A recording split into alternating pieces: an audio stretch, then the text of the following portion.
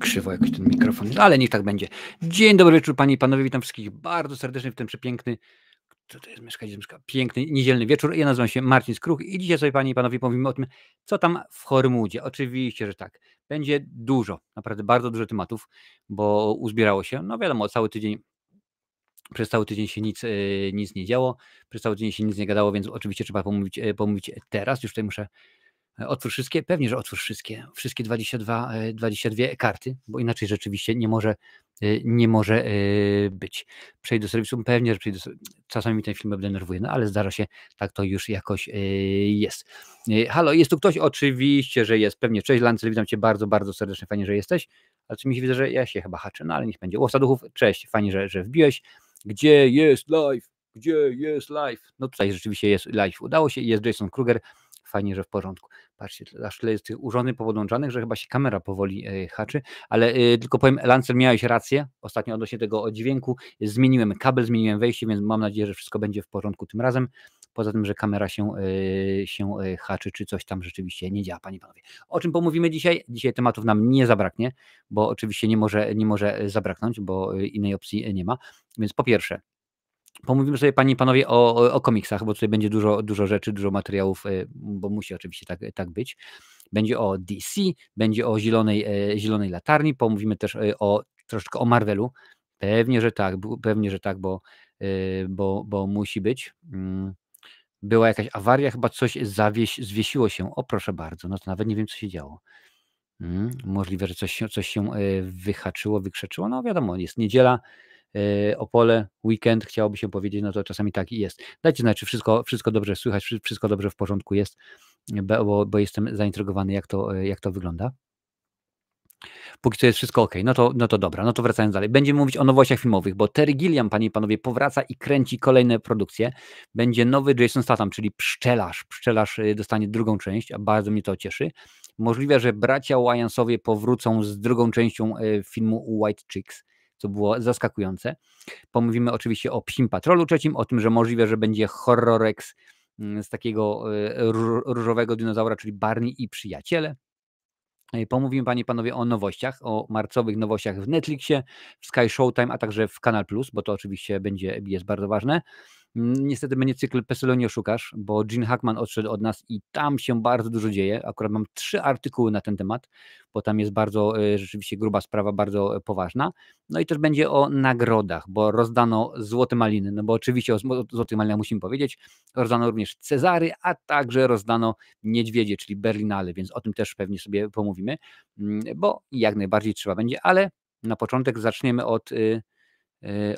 panie i panowie, od filmów. Pewnie, że tak, bo jak wiecie, kiedy przychodzi taka sytuacja, no to ja sobie lubię sobie pokazać moje nowe filmy, panie i panowie.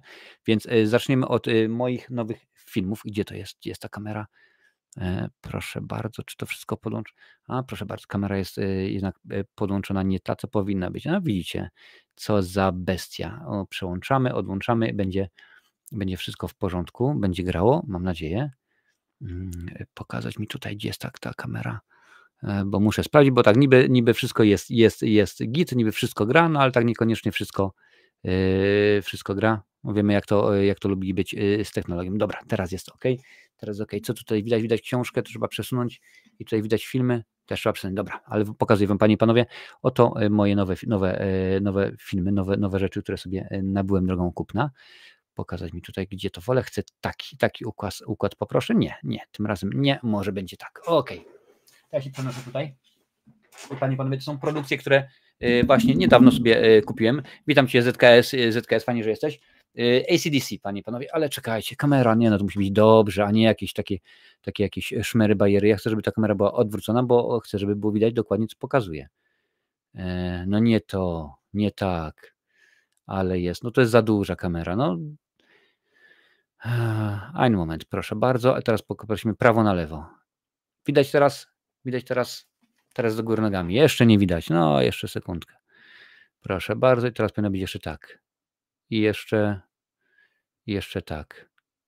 I teraz jest dobrze, i teraz jest idealnie. Proszę bardzo, panie i panowie. AC/DC, Let There Be Rock, czyli koncert, zapis koncertu no, jednej z najważniejszych grup metalowych. Bardzo, bardzo fajna sprawa.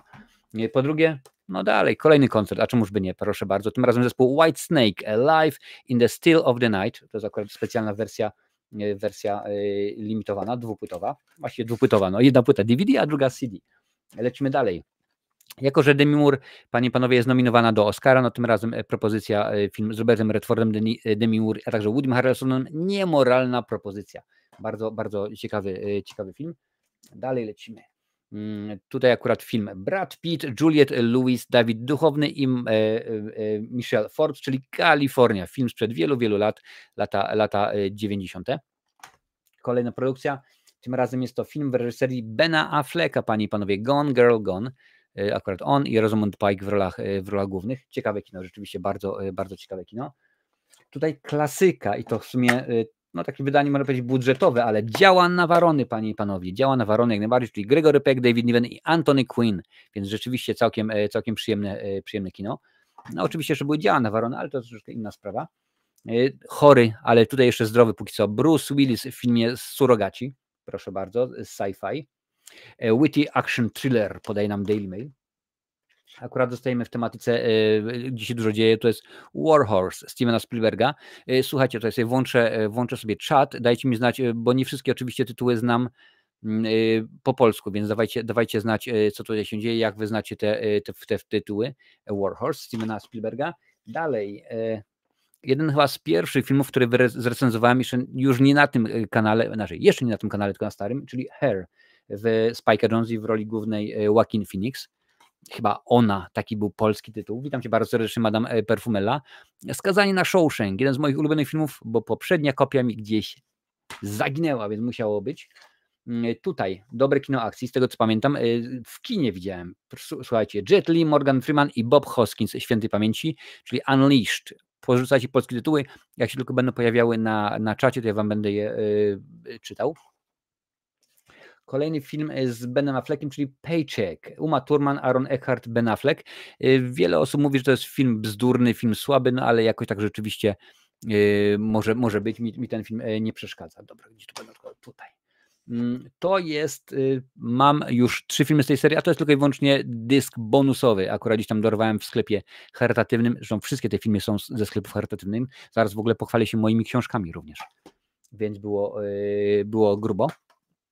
Co dalej? No, tak, proszę bardzo. Wszyscy, którzy wychowali się w latach 90., pamiętają ten film z Sharon Stone, a także z Williamem Baldwinem i Tomem Berengerem, czyli Sliver, panie i panowie. Dalej lecimy. Tutaj film z Colinem Firthem, Scarlett Johanssonem i Tomem Wilkinsonem. Girl with a Pearl Earring, czyli obstawiam, że jest to, panie i panowie, dziewczyna z perłowym kolczykiem. Mam nadzieję, że jest taki polski tytuł. Tutaj jest zafoliowana jeszcze, proszę bardzo, zafoliowana wersja Popeye, panie i panowie, Popeye ze świętej pamięci Robinem Williamsem, a także Shelley Duvall, film w reżyserii Roberta Altmana. Bardzo nieudana produkcja, no ale wiadomo, nie wszystko może wyjść. Autostopowicz z Rutgerem Hauerem, panie i panowie, jest to wersja, proszę bardzo, dwupłytowa, nawet książeczka jest, wszystko się tutaj zgadza, więc rzeczywiście bardzo dobrze, bo to jest mnóstwo dodatków, a to ja jak najbardziej lubię bardzo. I tutaj teraz mam kilka Blu-rayasów akurat. Jest to film, jest to dokument wojenny w reżyserii Petera Jacksona, panie i panowie. Tak, tego gentlemana między innymi od Władcy Pierścieni, który prezentuje They shall not grow old, czyli oni się nie zestarzeją, panie i panowie, o żołnierzach na wojnie. Kolejna produkcja, tym razem o innym geniuszu, proszę bardzo. Wyreżyserował Ron Howard, facet, którego pewnie kojarzycie z takich filmów jak Apollo 13, między innymi. A z drugiej strony również z Kaczora Howarda. Pavarotti, proszę bardzo, Pavarotti. Witam wszystkich. A, to była Dziewczyna z perłą. Aha, Dziewczyna z perłą, czyli taki tytuł, nie Dziewczyna z kolczykiem, perłą, dobrze. No, czyli mamy Odette, panie i panowie, Anne Nigel, Trevor Howard, Mariusz Goring i Peter Ustinov, czyli film sprzed wielu lat, jak widzicie, napisane jest digitally restored, czyli rzeczywiście film sprzed bardzo wielu lat, z 50 roku, czyli sprzed 75 lat. Tutaj, no, tak, ktoś może powiedzieć, co, te Kapitan Ameryka? Nie, mam ten film już, ale akurat mam go na DVD, więc to jest zwykła podmianka DVD na Blu-rayasa wymieniam. No i tutaj jeszcze, to też akurat mam na DVD, więc też wymieniam na Blu-rayas. Proszę bardzo, jest to Grawitacja, dwupłytowa wersja, zwykła i grawitacja w 3D. Czemu? Ponieważ mam odtwarzacz 3D, więc czemuż by nie. To były moje filmy, panie i panowie. Teraz filmy odłożę i pochwalę się jeszcze książkami, bo też książek kilka kupiłem. Więc zaczniemy od tomiszcza grubego, opasłego, ogromniastego. Proszę bardzo. Stephen King prezentuje to, panie i panowie, to. Jak najbardziej. Patrzcie, to jest 1351 stron. Masakrycznie, rzeczywiście masakrycznie wielkie tomiszcze, opasłe. Skoro jesteśmy przy Stephenie Kingu, to już czytałem dawno temu, ale jest. Cell, czyli biorąc pod uwagę, co jest na okładce, to jest komórka, czyli chodzi o telefon komórkowy oczywiście, panie i panowie. To jest kolejna propozycja. Wiem do mojej córki, ale ona akurat nie chciała. No i teraz cykl będzie Deana Kuntza, ponieważ uwielbiam Deana Kuntza, jest dla mnie genialny i akurat było w promocji, że tak powiem. Czyli jest tutaj kilka książek o postaci, co się nazywa Odd Thomas, czyli Forever Odd, Odd Hours, proszę bardzo, Brother Odd. No i oczywiście pierwsza książka pod tytułem Odd Thomas. Akurat pierwszą książkę już mam wcześniej w wersji polskiej, tym razem mam po angielsku. Dalej lecimy. Dark Rivers of the Heart, czyli mroczne rzeki serca. No to brzmi bez sensu, no ale rzeczywiście możliwe, że jakoś tak jest. Może mroczne zakamarki serca, że tak powiem. Takie fajne wydanie. Kolejny tytuł to Breathless, czyli bez oddechu. No jakoś tak to rzeczywiście trzeba było przetłumaczyć, panie i panowie. Jak widzicie, jest tego dosyć fajnie. No i moja ulubiona książka Deana Kuntza, czyli Łzy Smoka. Czytałem już wielokrotnie, mam ją oczywiście w wersji polskojęzycznej, teraz mam po angielsku, aż się dziwię, że to jeszcze nie stało się, to jest Dean Kuntz, nie stało się jeszcze filmem. No i oczywiście tej książki nie muszę wam przedstawić, bo już wam pokazywałem kilka razy. Jest to Łukasza Karasia, był jakiś czas temu u nas na kanale, czy Videonastis, zakazane filmy, panie i panowie. I to są wszystko produkcje, które kupiłem, to są wszystko książki, które, jak to mawia siostra Anastazja, nabyłem drogą kupna, więc rzeczywiście dużo dosyć propozycji, no ale co tu dużo mówić, panie i panowie. Tak to rzeczywiście wygląda, że czasami ze mną to staje, jak pójdę do sklepu charytatywnego, no to się rzeczywiście tego ogromnie dużo się kupi. Już tutaj patrzę, co piszecie, bo tutaj się dużo rzeczy. Sasik, Siemka, jaki jest plan? Mnie przyszło, że o 1:30 nadajesz z Oscarów, a tu 20 i już jesteś. Słuchaj, sytuacja wygląda tak, że będę 2 razy dzisiaj. Oczywiście. Po pierwsze, no dzisiaj standardowo zaraz omówimy rzeczy, które musimy omówić, ale z Oscarami się widzimy później. Według rozpiski sprawdzałem polskiego czasu, panie i panowie, więc co jest ważne, polskiego czasu 0:30 się zaczyna, o północy polskiego czasu zaczyna się Czerwony Dywan, więc wtedy teoretycznie mam rozpocząć, no i będzie pół godziny, powiedzmy, opowiem o Oscarach trochę i potem będziemy jechali, więc to będzie gadane. Także dzisiaj 2 razy jestem. Oscary komentujemy. I Jason Ned by pisał, gdyby to była prawda, a nigdzie wzmianki. Dobra, to sobie gadacie. Co tutaj dalej? Część druga nosi tytuł Marcin Nawalony. Sorki musiałem. Dobre, rzeczywiście. Cześć, bardzo dobry film, bardzo dobry, pewnie, że tak. Oscary, jak mówię, zaczynamy. Ja chyba mam ustawione że o 23:30 mojego czasu, czyli o 30 minut po północy czasu polskiego widzimy się. I słuchajcie, jeżeli oglądacie na YouTubie, to nie musicie robić nic, ponieważ automatycznie jest ustawione, że po zakończeniu tego odcinka zostaniecie przekierowani na tamten odcinek, na tamten live, więc spokojnie będziecie mogli sobie ustawić przypomnienie, także jest jak najbardziej. Wyobrażam sobie, jak Kaczora Howarda, lubię moje dzieciństwo. Moje też rzeczywiście, ale to nie oznacza, że to jest dobra produkcja. Pierwszą czytałem z przygód Oda dawno temu, spoko. Ich jest dużo, chyba z 8 albo 9 książek jest, wiesz, no powstał film też rzeczywiście dosyć w miarę ciekawy, no ale niestety Anton Jelczyn, który wcielał się w Thomasa, zmarł, więc bardzo źle to wygląda. Czy Łukasz wpadnie jako gość, Adalet? Łukasz był nie tak dawno, więc muszę się z nim zgadać w ogóle, żeby przyszedł po raz wtóry i zareklamował swoją książkę. Byśmy o tej książce mogli sobie spokojnie śminąć. Marcinie, kiedy recenzja filmu nowego Patryka Wegi? Otóż, Wiktorze, recenzja jest już na kanale, bo Lincoln wrzucił drugą wersję, ponieważ pierwszą, że tak powiem, musiał zmodyfikować, bo mu się kilka bluzgów omsknęło i zostało, więc rzeczywiście druga jest. W tym momencie akurat mam ją tutaj i muszę sprawdzić, tak, pewnie, muszę sprawdzić, tylko ustawię wam miniaturki, panie i panowie, bo YouTube pozwala, więc ustawię wam 3 różnego rodzaju miniaturki, żeby to się wyjaśniło. I tak jak mówiłem, bo dopiero co byłem u Madame Perfumeli na Instagramie i myślałem, żeby to wrzucić jutro, ale biorąc pod uwagę, że w nocy są Oscary, a ja pewnie będę robił podsumowanie z tychże Oscarów, więc domyślam się, że pewnie może w piątek.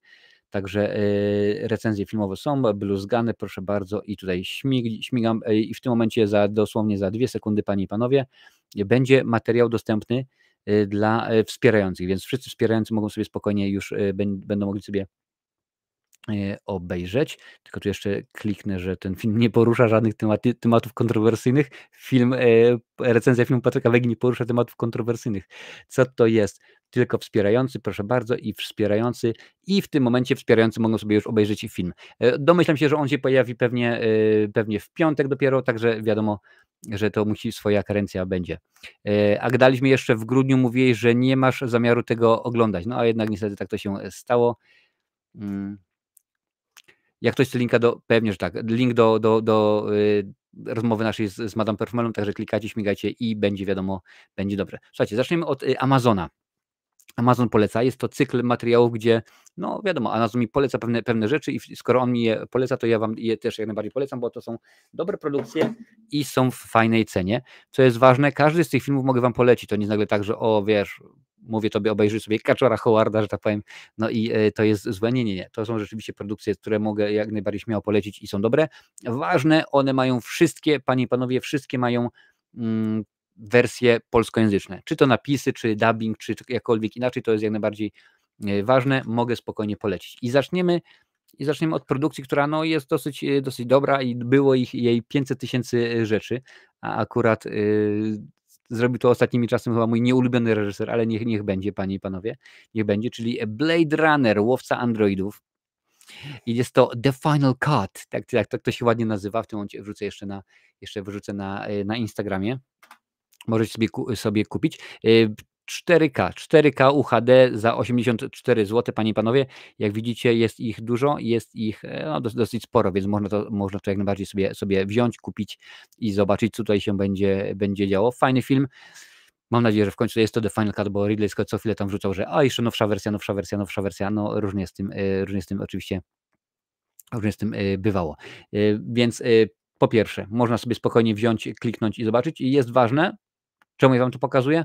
Ponieważ jeżeli sobie nabędziecie, to Amazon mi z racji tego, że kupicie, odpali kilka złociszy i to wszystko, krótko mówiąc. A drugą produkcją, którą chciałem wam dzisiaj przedstawić, to jest Władca Pierścieni, trylogia i to jest Steelbook. I to jest potężne wydanie, ponieważ jest 3 płyty Blu-ray 4K i 6 Blu-rayasów zwykłych, tutaj widzicie, więc dosyć duże wydanie i słuchajcie, ono kosztuje dużo, bo kosztuje 830 zł, więc rzeczywiście, a ile jest dostępnych? Pewnie też 500 000, no jest dosyć sporo, więc jeżeli ktoś lubi, to jak najbardziej, chyba że wolicie zwykłe wydanie na DVD, to wtedy można spokojnie za 81 zł, no ale nie ma już tak do tych ogromnej liczby tych wszystkich dodatków, więc to musicie sobie, panie i panowie, wymyślić sami, co rzeczywiście chcecie, co byś tam rzeczywiście wam się bardzo podobało. Dobra, tu już jest wszystko załatwione, Amazon może być, a jeszcze Amazon wrócę. Cześć Małgorzata, witam cię bardzo serdecznie na Instagramie, fajnie, że wbiłaś, fajnie, że jesteś, więc trzeba skorzystać. Jeżeli ktoś chce, jeżeli ktoś lubi, to pewnie, że tak. Słuchajcie, zaczniemy od komiksów, bo tutaj jest dużo i zaczniemy od DC, bo tutaj się bardzo dzieje, bo gdzie są nowe filmy DC? Gdzie są filmy DC? Co z Batmanem? James Gunn i Peter Safran zdają raport, panie i panowie, już wam tutaj pokazuję, co tutaj się dzieje. Jest to artykuł Variety, przetłumaczony przez Google Translator, którego używają jacyś tam ludziki z Filmwebu. James Gunn i Peter Safran, obecni szefowie DC Studio, zorganizowali konferencję prasową, na której zdali sprawozdanie z postępów w budowaniu nowego uniwersum DC. Odkąd ogłoszono, że przyjmują stery, zobaczyliśmy na razie jeden ich projekt, serial animowany Koszmarne Komando. W lipcu zobaczymy zaś Supermana. Co panowie mają w kalendarzu? Proszę bardzo, już wam tutaj pokazuję, co tutaj się dzieje. W tej chwili Gunn jest w trakcie postprodukcji Supermana, więc rzeczywiście całkiem zabawnie, całkiem ciekawie. premiera w lipcu i drugiego sezonu Peacemakera. Craig Gillespie jest w połowie zdjęć do Supergirl Woman of Tomorrow, premiera latem 26, a ruszyły też zdjęcia do serialu Lanterns, premiera na początku 26 roku. O tym serialu troszeczkę za chwilę powiem więcej. Safran zaznaczył, że w przyszłości DC Studios, sekundka, to reklama pewnie, że tak, DC Studios planuje wypuszczać 2 filmy aktorskie i 1 film animowany rocznie oraz 2 seriale aktorskie i 2 seriale animowane rocznie. Tak, to jest 7 filmów, 7 produkcji rocznie i jest to 6-latka, więc grubo. Wszystko zależy jednak od tego, jak dobre będą scenariusze poszczególnych projektów. Już się skończyło to, czy jeszcze się nie? Wystarczająco trudno jest zrobić dobry film z dobrym scenariuszem. To niemal niemożliwe zrobić film ze scenariuszem, który pisze się w biegu, powiedział Gunn. Dlatego właśnie zielone światło na realizację dostał film Clayface. Po prostu scenariusz autorstwa Mike'a Flanagana był tak dobry. Nie mieliśmy w planach filmu o Clayface'ie, wyjaśnił Gunn. Lecimy dalej, co się dzieje. O, tutaj wynocha z tymi wszystkimi zwiastunami. Gunn potwierdził, że James Watkins negocjuje posadę reżysera Clayface'a i opisał film jako body horror. No, Madame Perfumella, dopiero mówiłeś, że lubisz horrory, który ma zadowolić również widza zupełnie niezainteresowanego DC. No i to jest rzeczywiście nowatorskie podejście do tematu, bo nie trzeba będzie znać 50 000 produkcji o danym bohaterze. Ruszyły już castingi, a początek zdjęć zaplanowano na lato. Choć aktorzy, którzy użyczyli głosu animowanym wersją postaci mają wracać w filmach aktorskich, Alan Tudyk nie wcieli się jednak w Clayface'a, mimo że użyczył mu głosu w serialu Koszmarne Komando. No to rzeczywiście szkoda, bo ja Tudyka bardzo sobie cenię. Tymczasem Matt Reeves wciąż nie skończył scenariusza Sekundkę, naleję sobie herbatki, bo już za długo. Dopiero co byłem godzinę na kanale, na profilu u Madame Perfumeli, a teraz jeszcze tutaj gadam. Herbatka niech się ten. Dla tych wszystkich, którzy chcą, dzisiaj jest akurat, dzisiejszy odcinek sponsoruje herbatka, pewnie, że tak, Earl Grey, moja ulubiona. Przypukam gardziołko.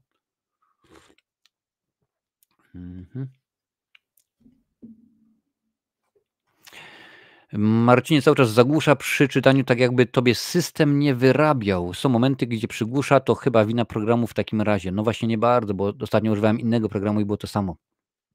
Więc możliwe, że jest potrzeba, ażeby wziąć i dokupić na przykład RAMu albo zmienić procesor. Trzeba będzie rzeczywiście sprawdzić. Albo mieć mniej programów uruchomionych, co właśnie niniejszym czynię. Sekundkę. Tutaj powywalam powoli kilka rzeczy, które już są niepotrzebne, które już nie będą używane. Może akurat to będzie jakoś tak, wiesz, im plus podskoczy. Co tutaj jest włączone? To jest włączone, to jest ta kamera, ta może być. Tej już nie potrzebujemy, więc wypad. I co tutaj? Tutaj są złote maliny, to jest tutaj, i tej też nie potrzebuję. Nam zostało? Zostało. Też będzie się przy okazji filmów zmieniało, będzie mniej. Dobra, co miałem mówić? Dobra, lecimy dalej. Równocześnie aktywnie rozwijany jest projekt Batman The Brave and Bold, filmu, który ma wprowadzić Batmana do nowego uniwersum DC. Gunn twierdzi, że to mało prawdopodobne, by w tę wersję Mrocznego Rycerza wcielił się Robert Pattinson. Twórca nie wyklucza jednak, że nie zobaczymy nowego Batmana wcześniej, może pojawić się w jakimś innym filmie, ale na chwilę obecną nie mamy aktora. No widzicie, także to jest. A może bym zmienił kamerę? Nie, to nie widzicie wtedy tutaj. Lipa, a ja bym dał tak, to jest to samo, a ja bym dał tak. To może nie być widać, a tak to też nie. A tak. Zobaczymy, może tak, zobaczymy. Znaczy w ogóle jak tak jest, to czy widzicie wystarczająco dobrze, że można przeczytać to, co tutaj jest napisane. Cześć Karol, Oskar, witam Cię bardzo serdecznie. No, lecimy. Co dalej z animacjami DC? Na etapie reprodukcji, powiedziałbym pewnie, że na etapie preprodukcji. Tutaj brakuje, drogi Filmwebie. Teraz jest ok, dobra. Jest film animowany Dynamic Duo, który opowie o przygodach 2 Robinów. Dicka Graysona, no to jak tak jest, i Jasona Todda. Zapewni on idealne wejście dla całej rodziny do świata Gotham, twierdzi Safran. Rozwijany jest też projekt serialu animowanego, którego bohaterem będzie Blue Beetle. Ma on być kontynuacją filmu z 23 roku, a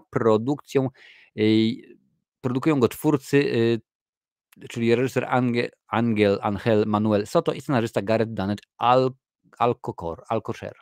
Zielone światło na realizację dostały też 3 seriale animowane dla młodszej widowni: My Adventures with Green Lantern, Starfire i DC Superpowers. A co się dzieje? Z filmem Sergeant Rock, który ma wyreżyserować Luca Guadagnino i którego gwiazdą jeszcze do niedawna miał być Daniel Craig, Gunn powiedział, że nigdy nie ogłosił oficjalnie, iż film powstaje. Wtórował mu Safran, twierdząc, że udział Craiga był tylko pomysłem i Guadagnino nawet nie rozmawiał z aktorem w tej sprawie. No więc krótko mówiąc, badali grunt, stwierdzili, no to zobaczymy. Safran i Gunn potwierdzili jednak, że Anna Nogueira pisze scenariusz filmu Teen Titans, ale tekst nie jest jeszcze skończony. Matthew Orton z kolei pracuje nad scenariuszem wydawiska, którego bohaterami będą Bane i Deathstroke. Rozwijane są też projekty seriali Paradise Island i Booster Gold. Ten drugi stracił potencjalnego showrunnera i producenci szukają zastępstwa. Obecnie nic nie dzieje się natomiast w kwestii Swamp Thinga, James Mangolda i serialu Waller z Violą Davis. No rzeczywiście szkoda. Cześć Jaskinogracza, witam Cię bardzo serdecznie. Największym porzuconym projektem jest The Authority, który miał oryginalnie kontynuować wątki z Supermana. To bardzo duży film. Jeśli chcielibyśmy zrobić Authority jak należy, niektóre elementy tej historii pozostały w Supermanie, a niektóre mogą pojawić się w innych filmach, które zleciliśmy do realizacji, zdradził Gunn. Dodając, że scenariusz widowiska powstał z nieco większym trudem niż inne. No zdarza się. Gunn wyraził też frustrację w związku z tym, jak omawiane w biurach DC luźne pomysły trafiają na nagłówki i kreują mylne wrażenie. Czy rozmawialiśmy o Grancie Gustinie? Powiedział gwiazdzie serialu Flash. Tak. Czy rozmawialiśmy o Robercie Pattisonie? Tak. Rozmawialiśmy o wszystkim, ale czy na poważnie?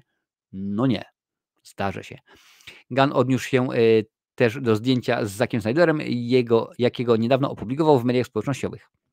Według twórcy ze spotkaniem nie stoi żaden wspólny projekt, reżyserzy po prostu się przyjaźnią. No i to wszystko rzeczywiście nic większego. Wiemy, że ludzie przeciwstawiają nas sobie. To dziwne, kiedy ktoś, kto w prawdziwym życiu jest twoim przyjacielem, jest pozycjonowany jako twój Lex Luthor, albo to jest ja jestem jego Luthorem. To dziwna relacja, jaką stworzono w internecie. Zapytany o to, czy fakt, że Donald Trump jest prezydentem, będzie miał wpływ na filmy DC, Gunn opowiedział z kolei: staramy się po prostu zrobić najlepsze filmy, jakie możemy.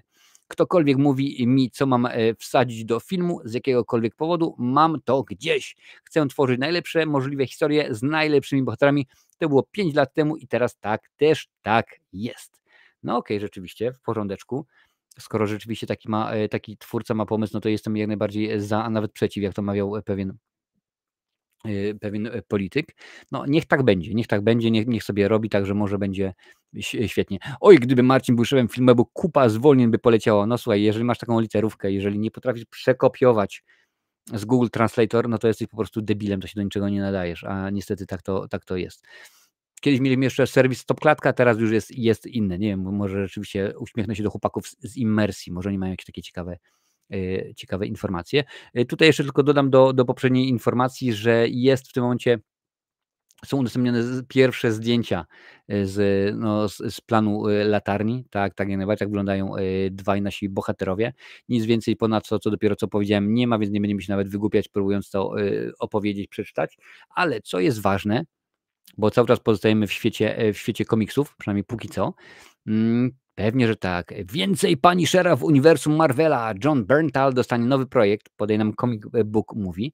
I to mnie bardzo cieszy, bo rzeczywiście chyba mówiliśmy o tym w zeszłym tygodniu, tak? Tak mi się wydaje, że jeżeli chodzi o te Netflixowe seriale Marvela, no to Daredevil był dobry. Punisher był rzeczywiście chyba, jeżeli nie równie dobry, to może nawet i lepszy. No i pierwszy sezon Jessica Jones był dobry i pierwszy sezon Luka Cage'a był ok, a reszta się do niczego nie nadaje, więc jestem bardzo zadowolony, że tak to ma być zrobione. John Bernthal wróci jako Punisher w serialu Daredevil Odrodzenie, który zadebiutuje na platformie Disney Plus już w marcu, czyli już niedługo. Wygląda jednak na to, że Frank Castle zostanie w uniwersum Marvela na dłużej. W planach jest już kolejny projekt z udziałem tejże postaci. No i to jest super wieść. Producent Brad Winterbaum, szef działu streamingu, telewizji i animacji w Marvel Studios, zdradził, że w planach jest nowy projekt z udziałem Punishera. Bernthal pracuje z nami nad specjalną prezentacją o tym bohaterze. Termin specjalna prezentacja odnosi się do Marvel Studios Special Presentations, specjalnych, samodzielnych projektów, jakie przygotowuje Marvel. Na razie powstały 2, czyli Strażnicy Galaktyki Coraz bliżej święta i Wilkołak nocą. Na razie nie wiemy, kto napisze, kto wyreżyseruje i tak dalej, no więc zobaczymy, jak to będzie wszystko wyglądało. Jestem ciekaw, bo ja akurat bardzo lubię tęże postać. Gdzie będzie transmisja Oscarów? Pyta Madame Perfumella. Transmisja będzie na Kanale Plus. Oczywiście w trakcie transmisji wrzucę Wam linki, bo będą dostępne, także jakoś to ja będę oglądał przynajmniej na Kanal Plus. Mam nadzieję, że wszystko się odpali, wszystko się uda.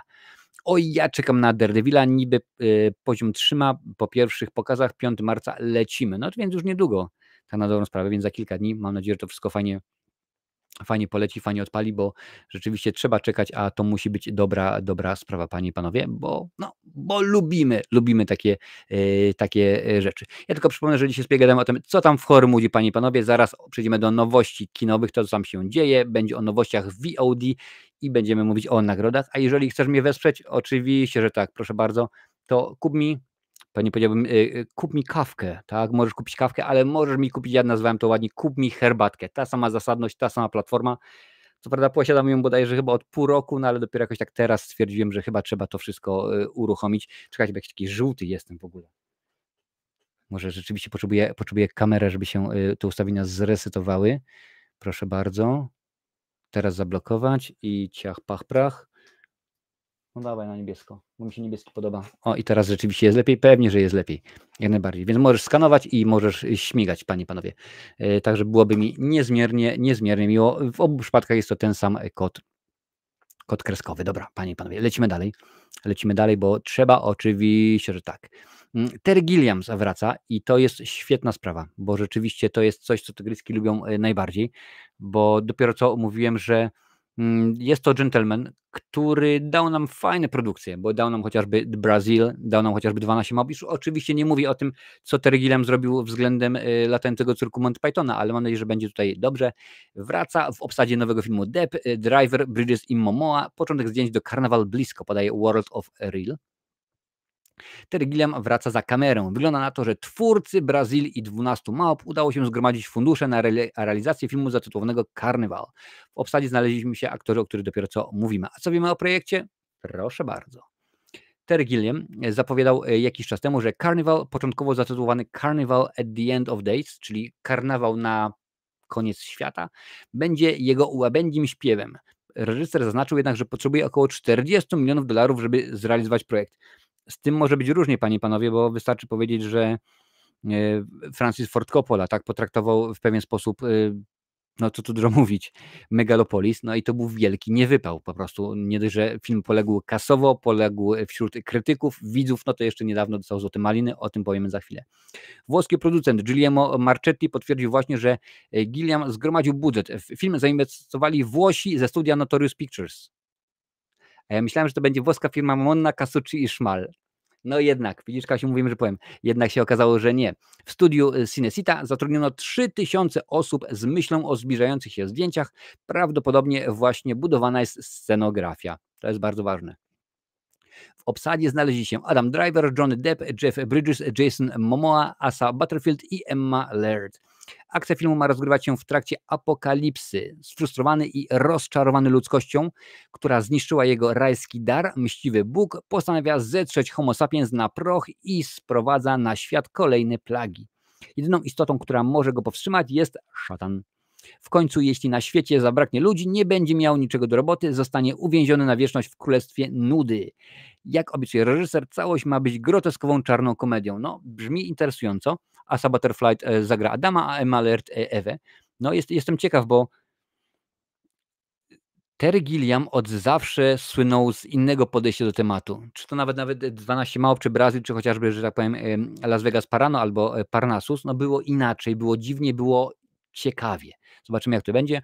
Przypomnijmy, że jak dotąd Gilliam i Depp mieli okazję współpracować ze sobą 2 razy. Pierwszy film to Las Vegas Parano. Jak najbardziej po raz drugi spotkali się na planie fantasy filmu, czyli Parnassus, w którym Depp do spółki z Colinem Farrellem i Johnem Lowe przyjęli rolę Terego po tragicznej śmierci Heatha Ledgera. W międzyczasie był jeszcze Człowiek, który zabił Don Quixota, feralny projekt, z którego gwiazdor musiał zrezygnować na skutek problemów w trakcie realizacji. No więc nie będę pokazywał, bo tutaj są oczywiście zwiastuny, a to nie o to chodzi, żeby zablokować ten materiał. No więc jestem za, jak najbardziej jestem za, bo ja wam bardzo często mówię, ja uwielbiam te wszystkie rzeczy. Cześć Andrzej Konefa, witam cię na Instagramie. Ja uwielbiam te wszystkie produkty typu Freddy Krueger 15 i tak dalej, ale czasami jak taka legenda jak Terry Gilliam wjeżdża, wskakuje i ogląda i daje nam dobrą produkcję, no to jak najbardziej. Tym bardziej, że sam mówi, że to jest jego ostatni film. Może być ciekawie, może być interesująco, a czy tak będzie? Oby. Rzeczywiście, skoro to jest włoska firma, która dała mu kasę, może będzie w ten sposób, że oni sobie zrobią bez problemu i wiesz, nie będzie tego, okej, skoro my jesteśmy w Hollywood, no to ma być tak, ma być.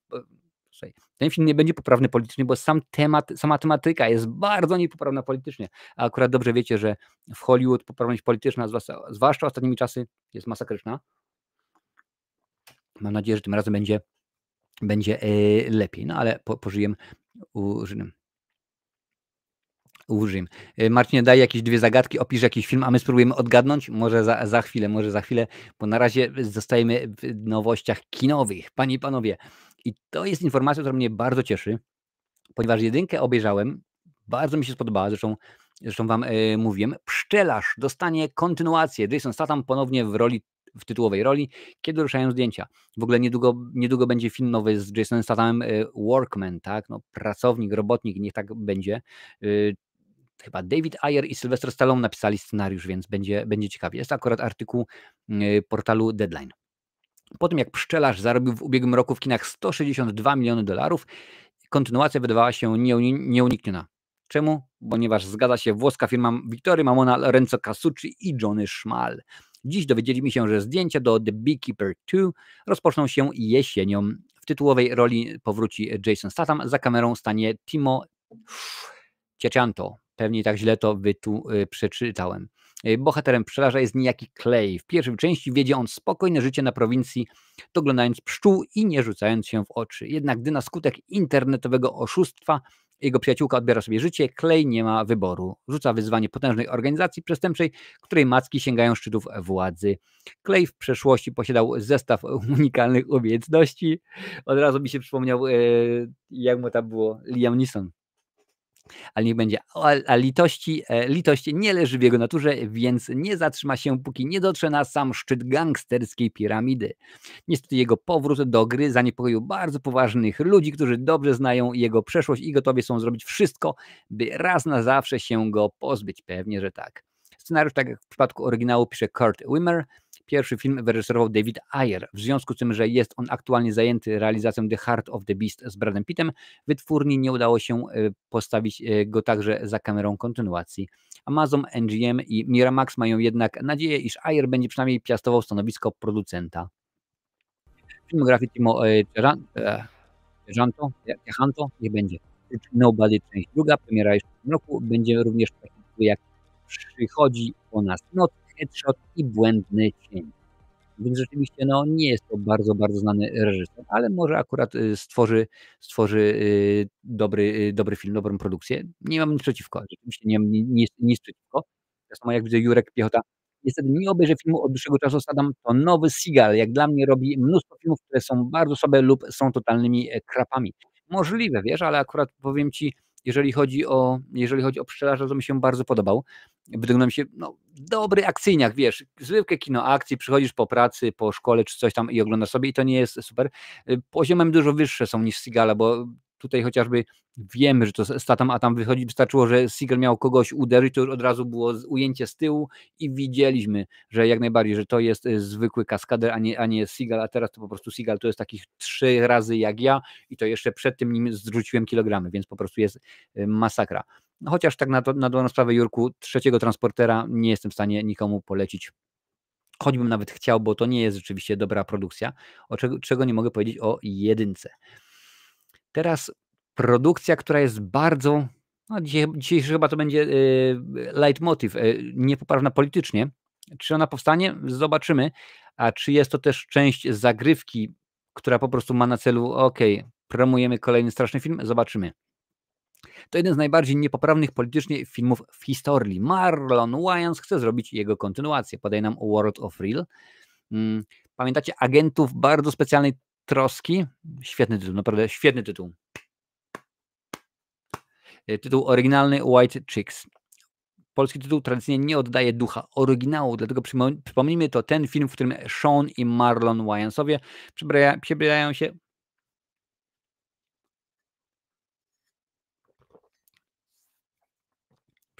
się za białe kobiety. Wygląda na to, że zbliża się kontynuacja. Marlon Wayans aktualnie przygotowuje się do pracy przy strasznym filmie 6, którego premierę zaplanowano na 26 rok. Aktor zapowiedział, że jego kolejnym projektem będzie White Chicks 2, czyli kontynuacja. Fani wciąż pytają, kiedy robimy sequel. Uwielbiają ten film, powiedział. Wiecie co, wydaje mi się, że właściwy moment jest teraz. Zróbmy straszny film 6, a potem zajmiemy się White Chicks Part 2. No, zobaczymy. Jak zwraca uwagę blog World of Real, trudno powiedzieć, czy w dzisiejszych czasach projekt oparty na idei wybielania skóry bohaterów znajdzie producenta, który da mu zielone światło. Przypomniałem też, że kilka lat temu Daniel Scheinert, laureat Oscarów za Wszystko Wszędzie naraz, powiedział, iż marzy o zrealizowaniu nowej wersji z kategorią R. Film miał być pomyślony jako Oscarowy bait. Oscarowy bait. No, zobaczymy. Ja w ogóle chciałbym zobaczyć taki film, tylko że w drugą stronę. Wiecie, nie, że w ten sposób kolorami, tylko odwrócimy, że białe na czarne. Marcin, widziałeś zwiastun filmu Havoc od Netflixa z Hardym i Forestem Whitakerem od reżysera Wright z 11. Zwiastun jest mega, premiera 25 kwietnia. Nie widziałem, muszę zanotować. Rzeczywiście jest kilka zwiastunów, które się pojawiły, które trzeba zobaczyć, bo też dużo afery jest w związku z nowym Shrekiem, panie i panowie, ale akurat o Shreku dzisiaj nie będziemy gadać, za to powiem o Psim Patrolu, ponieważ mój syn uwielbia, no ja muszę być na bieżąco. Wszystko, co wiemy o Psim Patrolu 3, tytuł, data premiery, opis fabuły. Podaje artykuł Deadline, panie i panowie, portal Deadline. Psi Patrol to jedna z najpopularniejszych animacji dla najmłodszych ostatnich lat. Właśnie poznaliśmy szczegóły dotyczące nowej odsłony cyklu. Jakie przygody tym razem czekają na dzielne szczeniaki? Już wam mówię. Jak podaje Deadline, nowa odsłona Psiego Patrolu będzie nosić tytuł Paw Patrol The Dino Movie, czyli będzie z dinozaurami. Domyślam się, że to będzie jeden z tych sytuacji, kiedy przenosimy się, tak jak ma to miejsce w bajce oczywiście, do osobnej krainy, do dinozaurów. W oficjalnym opisie czytamy: podczas tajemniczej burzy statek Psiego Patrolu rozbija się na pełnej dinozaurów tropikalnej wyspie. Bohaterowie spotkają tam Rexa, szczeniaka, który utknął w tym miejscu przed laty i stał się ekspertem w sprawach dinozaurów. Jest on też w serialu. Kiedy Hamdinger, główny rywal Psiego Patrolu, zaczyna lekkomyślnie eksploatować zasoby naturalne wyspy, doprowadza do wybuchu ogromnego, uśpionego od lat wulkanu. Psi Patrol podejmuje się największej akcji ratunkowej w swojej historii. Szczeniaki muszą powstrzymać Hamdingera, zanim doprowadzi do zagłady całego życia na wyspie. Po co brali są Hamdingera? No ale nieważne. Premiera zapowiadana jest na lipiec 2026.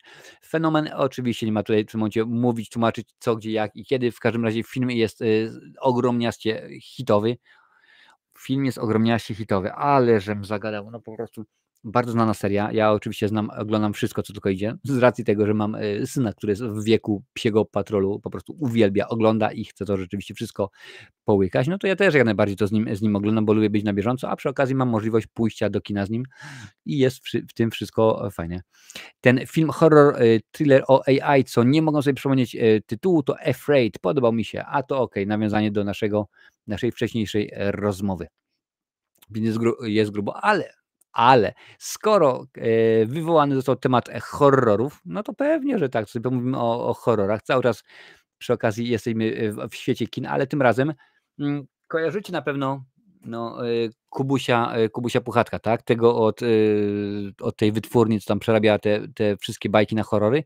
Tym razem horrorowi Barney i przyjaciele od A24. Gwiazda The Bear na pokładzie. Podaje nam Deadline po raz wtóry. Jakbyście nie widzieli, Barney to jest właśnie on. To jest ten różowy dinozaur, panie i panowie. Jakiś czas temu informowaliśmy o jednym z najdziwniejszych nadchodzących projektów kina grozy. Studio A24 chce mieć tropem filmu Puchatek, Krew i Miód swoją własną horrorową przygodę z ukochanym bohaterem telewizji dla najmłodszych. Zdaniem portalu Deadline, Barney jest blisko pozyskania scenarzystki i głównej gwiazdy. O jacie. Aż się boję przeczytać. Zdaniem dziennikarzy, studio A24 planuje powierzyć Ai Edebiri rolę scenopisarki oraz głównej gwiazdy swojego nadchodzącego projektu. Aktorka znana z The Bear miała dotąd okazję pisać pojedyncze odcinki seriali Dickinson oraz Co robimy w ukryciu. W Barneyu zagra też pierwsze aktorskie skrzypce. Proszę bardzo. Pierwotnie wydawało się, że główną bohaterka filmu wcieli się produkujący Barneya Daniel Kaluuya. Nie jest jasne, czy obsadzenie w wiodącej roli Bidiri oznacza więc dla Kaluuyi zrezygnowanie z gry w filmie, czy też zredukowanie jego roli do bohatera drugoplanowego. O planach zamienienia serialu dla najmłodszych Barney i Przyjaciele w horror słyszymy już od 2019 roku. Projekt zapowiadany jest nie tylko jako produkcja dla dorosłego widza, swoim klimatem ma przypominać historie snute przez Charlie'ego Kaufmana czy Spike'a Jonesa. W zeszłym roku opowiadał o tym producent filmu w ten sposób. Zamiast dopracowywać to dla dzieci, wolimy pochylić się nad obawami milenialsów dotyczącymi posiadania, powiedział współprodukujący film Kevin McKeon. To naprawdę sztuka dla dorosłych, nie żeby dostała kategorię R, ale skupi się na poszukiwaniach i utrękach życia znanych 30-latkom, którzy dorastając z Barneyem pozbywali się złudzeń.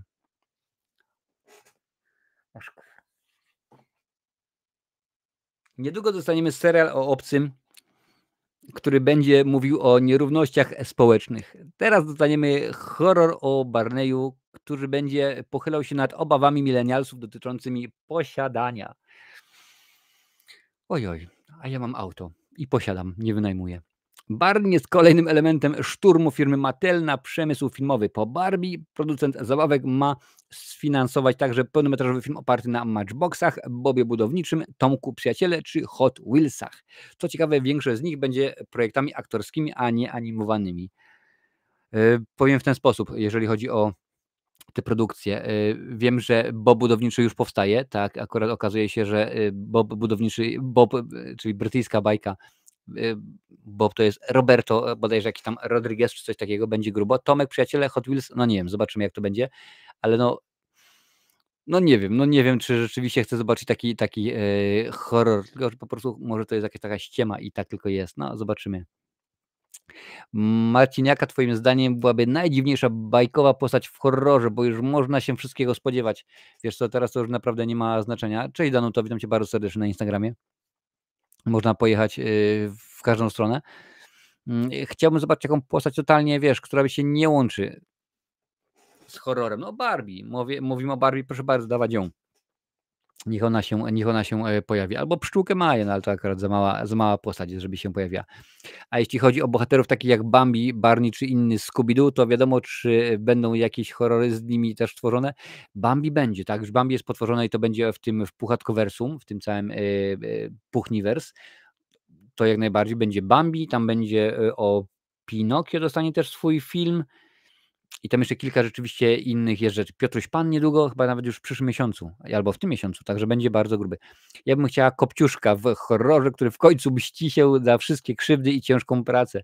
No wiesz, no to może coś takiego się stać. No przecież bracia Grimm, jeżeli znasz oryginał braci Grimm, to przecież oni już samo w sobie to nie było miłe, fajne, bo tam rzeczywiście te siostry tego Kopciuszka, te siostry przyrodnie oczywiście, żeby zmieścić swoje nogi w te pantofelki, no to tam paluchy obcinały, więc było rzeczywiście grubo. No ale zobaczymy.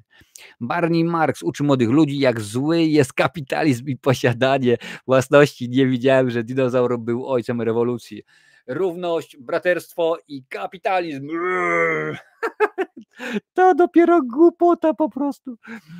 Niedługo wszystkie bajki przerabią na horrory. Wiesz co, Adalet? Ja się boję, kiedy pójdę w drugą stronę. Kiedy stwierdzą, że okej, no to przerabiamy horrory na bajki. Bo już był taki okres, kiedy lata 80., kiedy Freddy Krueger pojawiał się na płatkach śniadaniowych i tak dalej, więc zobaczymy, co to będzie tym razem. Mam nadzieję, że będzie jakoś w miarę sensowne. Panie i panowie, lecimy dalej, bo czas nas goni, a rzeczy dużo. Znaczy goni nas. No tak sobie po prostu powiedziałem, że nas goni. Przecież to jest YouTube, możemy tutaj siedzieć kolejne 3 dni. Mamy czas aż do 20. Pewnie, że tak. Panie i panowie, zaczniemy oczywiście, że tak, od Sky Showtime, bo marcowe nowości w Sky Showtime, dużo to jest tych rzeczy, bo jest nie tylko Sky Showtime, ale za chwilę i Netflix, a także i Kanal Plus. Nie będę omawiał wszystkiego, tylko te najciekawsze oczywiście informacje. Więc premier seriali w marcu na Sky Showtime, proszę bardzo. W ogóle napisz tak albo nie. Czy subskrybujesz Sky Showtime, czy masz tę platformę. Jeżeli nie wiesz, jak się założyć konto, to na kanale jest materiał o tym, jak otworzyć konto na Sky Showtime. Mussolini Son of the Century, proszę bardzo. 1923. To jest ten z Harrisonem Fordem i Helen Mirren, proszę bardzo, od 2022. Data premiery 10 marca, czyli już za chwilę. Boyzone, Live, Death and Boy Bands, czyli coś dla fanów muzyki, no niekoniecznie poważnej. Premiera 16 marca. Small Town Big Story, czyli Małe miasto, duża historia? Może tak być. To jest dramat, komedia od 19 marca i Snowpiercer, panie i panowie, thriller, akcja, sci-fi. Kiedyś był film, potem zrobili serial. Data premiery 28 marca. Kontynuacje seriali? Proszę bardzo. Dexter Original Sin, Lockerbie w poszukiwaniu prawdy, tutaj widzę jest Colin Firth na okładce. Agencja The Agency z Michaelem Fassbenderem, między innymi i Jeffreyem Wrightem w rolach głównych, a filmy lecimy. Problemista. Piękny tytuł. 1 marca. Rob Peace 5 marca. Biograficzny dramat. Czemuż by nie? Motocykliści, The Bike Riders. I to jest film, który mi akurat umknął, kiedy on miał swoją premierę. Austin Butler i Jodie Comer w rolach głównych. Premiera 7 marca, więc już za kilka dni. The Passenger. Pasażer. Thriller. Randy wtapia się w tło jak nikt. Kiedy jednak jego współpracownik Benson daje się ponieść morderczym instynktom, Randy zmuszony jest wyjść z cienia i zmierzyć się z trudną przeszłością. Pewnie, że tak. 7 marca. The Tattooist's Son, A Journey to Auschwitz. No, grubo, poważna sprawa. Wiadomo, że skoro jest ta nazwa, no to będzie poważnie. Larger Than Life, Reign of the Boy Bands, czyli dalej pozajemy w boybandach, czyli Backstreet Boys i InSync, a także Jackson 5. No nie wiem, czy to był akurat boyband. Nagrodzone ponadczasowe hity. Gladiator, proszę bardzo, czyli filmy, które można też wziąć, obejrzeć na Kanal Plus. Park Jurajski, panie i panowie, to ten oryginalny. Pulp Fiction, Rocketman, fajna rzeczywiście produkcja. Ok, i to tyle, jeżeli chodzi o Sky Showtime, więc rzeczywiście coś tutaj jest. Cześć, Misiu, witam cię bardzo, bardzo serdecznie. Lancel, tak mam, ale prawie nie oglądam, najmniej z wszystkich chyba. No widzisz, zdarza się rzeczywiście jakoś tak to jest z tymi platformami. Ja w sumie najmniej chyba oglądam Amazona, ale też jakoś rzeczywiście tam się Amazon ogląda. Ale zostajemy, pewnie że tak, zostajemy cały czas przy nowościach. Tym razem, panie i panowie, przeskoczymy na Netflixa. I też nie są to wszystkie platformy, filmy, które wam chciałem pokazać, ale tylko i wyłącznie kilka takie najciekawsze, wybrane. Więc już lecimy od 4 marca, czyli już za kilka dni. Pauza, a tu jakaś reklama weszła, kurczę. Pukając do drzwi, panie i panowie, No Get the Cabin, thriller z Dave'em Bautistą. Rzeczywiście możliwe, że będzie recenzja nawet chyba, ale to już nie. To z 2023 roku, czyli ja myślę o innym filmie. Lecimy dalej. Tylko jedno spojrzenie. Wynocha, pomiń reklamę, zamknij. Lecimy dalej. Thriller, dramat, kryminał. Maria Dębska, Cezary Łukasiewicz, czyli polska produkcja. Lampart. Proszę bardzo, dla fanów. 7 marca Pajęczna Charloty, czyli coś dla milusińskich, a tutaj akurat wiem, że jest kilku rodziców, więc to jak najbardziej można polecieć. Chaos, morderstwo Charlesa Mansona, więc to jest pewnie jakiś film dokumentalny, trzeba zobaczyć, pewnie, że tak, dla fanów. Formuła 1, jazda o życie, to jest dokumentalny sportowy serial, jak widzicie Lewis Hamilton, Fernando Alonso i kilku oczywiście innych. Appetite, Delicious, można pewnie obejrzeć. Wonka, tak, jak najbardziej ta najnowsza wersja z Timothée Chalametem w roli głównej. Amerykańska obława. The Electric State, czyli to jest nowość jak najbardziej. Millie Bobby Brown i Chris Pratt. Millie Bobby Brown pewnie kojarzycie ją tylko i wyłącznie z pewnego serialu bardzo dziwnego, bo to jest dziwny serial Stranger Things. Można tutaj obejrzeć sobie The Electric State. A sobie ustawię. Jestem zalogowany, chcę obejrzeć, pewnie, że tak.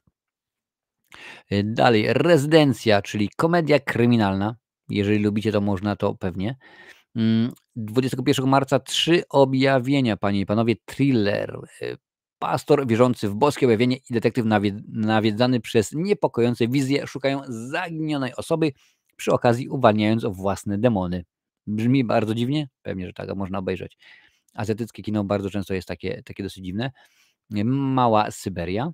26 marca Na gorącym uczynku, panie i panowie, dramat thriller oraz Lista marzeń, The Life List z Sofią Carson i Kylie Allen. I to tyle, jeżeli chodzi o Netflixa. To tyle, jeżeli chodzi od Netflixa o produkcjach, które chciałem wam pokazać, bo jest tego dużo, dużo więcej. Tego jest rzeczywiście całe mnóstwo, ale zostajemy cały czas przy nowościach. I teraz skoczymy sobie szybko na Kanal Plus. Co oni tutaj mają? Już wam, panie i panowie, mówię. Oprócz oczywiście tego, że dzisiaj można obejrzeć Oscary na Kanal Plusie, bo to jest oczywista oczywistość. To co jeszcze można zobaczyć? Proszę bardzo, to jest, widzicie, ceremonia wręczenia Oscarów jest, także można spokojnie śmignąć, można zobaczyć, jak to się będzie działo. Transmisja w Kanal Plus rozpocznie się od przeglądu Gwiazd na Czerwonym Dywanie o godzinie 1:00, czyli o 20, czyli o północy u mnie, czyli jakoś tak to będzie wyglądało, ale dopiero co miałem inny artykuł, więc my się widzimy, panie i panowie, o 30 minut po północy. 2 marca Ferrari. Bohaterem nowego filmu Michaela Manna został Enzo Ferrari, autentyczna postać kierowcy rajdowego, więc wiadomo, kto to jest. Dalej lecimy. Priscilla. Sofia Coppola umie opowiadać o codzienności gwiazd. W końcu sama jako córka słynnego Francisa Forda Coppoli doświadczyła podobnego życia. No akurat ja bym się nie zgodził, bo mi Priscilla nie podeszła, ale 9 marca można zobaczyć. Chcesz pokoju? Szykuj się do wojny. 5 marca to film Agnieszki Elbanowskiej. I ten tytuł mówi wszystko. Oto bowiem główny bohater o imieniu Tytus to całkowite zaprzeczenie militarnej postawy, więc pewnie musi iść do wojska. Bulion i inne namiętności. Francuski film Trana Anonga nagrodzony w Cannes za najlepszą reżyserię. Proszę bardzo, więc też pewnie warto obejrzeć. Porwany 12 marca. Więc produkcja tutaj rzeczywiście pojawia się. Tytułowy Porwany to żydowski chłopiec, który w 1858 roku zostaje uprowadzony przez żołnierzy papieża Piusa IX i zmuszany siłą do przejścia na katolicyzm. Dziwne, no ale tak to czasami jest. La Brea, czyli 3. sezon serialu, można obejrzeć i to tyle. Więc rzeczywiście, jak widzicie, pomiędzy tymi wszystkimi platformami na pewno coś się dla siebie każdy znajdzie, bo tego jest dużo, tego jest mnóstwo, tego jest po prostu zatrzęsienie i co tu dużo mówić. Warto oglądać nie tylko polskie produkcje. Stranger Things, dziwny serial, jeden z najlepszych na Netflixie. Wiesz, taka gra słowna, Stranger, dziwny, Things, dziwna rzecz, dziwny serial. Taki, wiesz, no, świetny żart prowadzącego. No tak czasami się zmierzy, może, no ale tak. Lubię czasami pożartować, a czasami rzeczywiście niekoniecznie, panie i panowie, bo no, nie zawsze te żarty są super świetne. A ja tylko przypomnę, że dzisiaj gadamy sobie o tym, co tam w Hormudzie. Zaraz pomówimy o tym, co tam się dzieje u, no niestety, świętej pamięci Gina Hackmana, bo tam dosyć grubo jest, panie i panowie. I zaraz pomówimy też o nagrodach. A panie i panie, podoba się live? Mam nadzieję, że się podoba. Mam nadzieję, że robić takie materiały, więc udostępnij na swoich mediach społecznościowych. Niech się niesie, rzeczywiście, niech to jak najbardziej, jak to mawiają panowie na kanale Meczyki, nakarmi algorytm, daj łapkę w górę, udostępnij w swoich mediach, to będzie wtedy rzeczywiście super świetnie. Dobra. Gene Hackman nie żyje, panie i panowie, i to jest oczywiście czas, ażeby pogadać o tym, co tam, że PESEL-u nie oszukasz. No bo akurat PESEL-u się nie da oszukać, chociaż swoją drogą 95 lat to jest piękny wiek i życzę wszystkim nam, żebyśmy takiego wieku dożyli. Gene Hackman nie żyje, dwukrotny laureat Oscara, podaje Newsweek.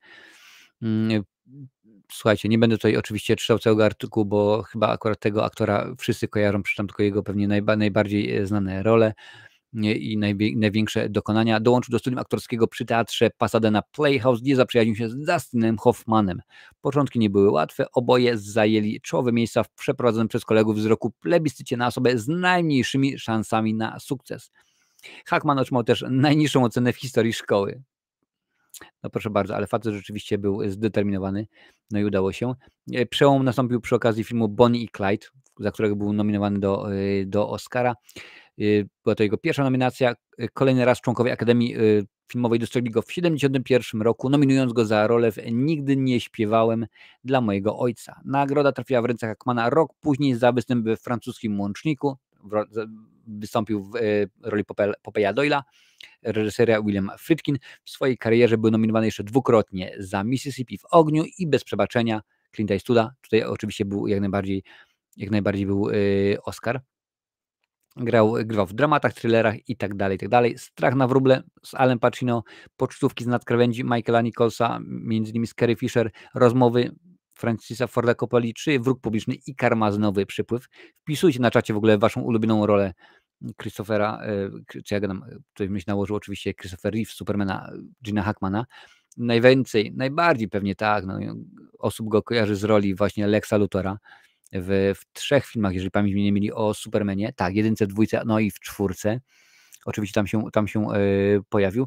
Wystąpił też w filmie Mela Brooksa Młody Frankenstein. Zagrał ślepego starca, no, pustelnika, tak, który tam próbuje temu potworowi Frankensteina pomóc, ale nie udaje się. Nie wyglądało to rzeczywiście dobrze. Sezon rezerwowych, The Mexican, Genialny Klan, Wielki Podryw i tak dalej, i tak dalej. Po prostu mnóstwo świetnych ról, mnóstwo świetnych, ponad 100 ról filmowych oraz serialowych, więc rzeczywiście bardzo grubo, panie i panowie. 2 Oscary, ale też Złote Globy, nagrody BAFTA. 3 Złoty Glob przyniósł mu występ w Genialnym Klanie Wesa Andersona. W 1989 roku został nagrodzony na Międzynarodowym Festiwalu Filmów w Berlinie za rolę agenta Ruperta Andersona w Mississippi w ogniu Alana Parkera. Więc Jean, herbatka, ale twoje zdrowie. Oczywiście bardzo szkoda, że już ciebie z nami nie ma. Już tutaj patrzę, panie i panowie, wpisujecie tutaj swoje role. Takiego Lexa Luthora nikt nie przebije. No, do tej pory nikt rzeczywiście nie przebił. Cześć Bogusia, witam cię bardzo serdecznie na Instagramie. Wróg publiczny, tutaj pisze Lancel, w porządku. Hackman najśmieszniej zagrał w filmie Wielki Podryw, pisze Madame Perfumela. No rzeczywiście rola niesamowita, ale dzieje się, panie i panowie, dużo, ponieważ on, a także jego żona Betsy Arakawa zmarli i rozpoczęło się śledztwo. Ponieważ tam są rzeczy, delikatnie mówiąc, no jaja. W związku z tym okazało się, że jego śmierć została ogłoszona 27 lutego, ale okazuje się, że najprawdopodobniej on już nie żył od dłuższego czasu. I tutaj policja wszczęła postępowanie, panie i panowie. Ciało aktora i jego żony zostało znalezione w środę po południu przez 2 pracowników konserwacyjnych. Przednie drzwi rezydencji były niezabezpieczone i otwarte, czytamy w raporcie. Funkcjonariusze zauważyli zdrowego psa biegającego swobodnie po posesji, kolejnego zdrowego psa w pobliżu zmarłej kobiety, martwego psa leżącego w odległości około 3-4 metry od kobiety, w szafie łazienkowej przesunięty grzejnik, otwartą fiolkę i rozsypane tabletki obok kobiety, a także zwłoki mężczyzny w innym pomieszczeniu domu. Wszystko to przy braku oczywistych oznak wycieku gazu. Więc rzeczywiście nie wiadomo, co tutaj się podziało. Nie wiadomo tutaj, jaka jest sytuacja, ale 3 artykuł. Łukasz Koch pisze, że zatrucie gazem. Tutaj, Łukaszu, jest napisane. Wszystko przy braku oczywistych oznak wycieku gazu, więc akurat to nie to. Tutaj przynajmniej było tak napisane.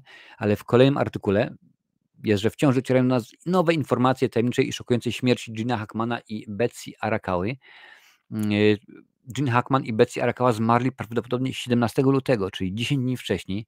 W związku z tym, że Hackman miał wszczepiony rozrusznik serca, dowiedziano się, że ostatnia aktywność została zarejestrowana 17 lutego 25.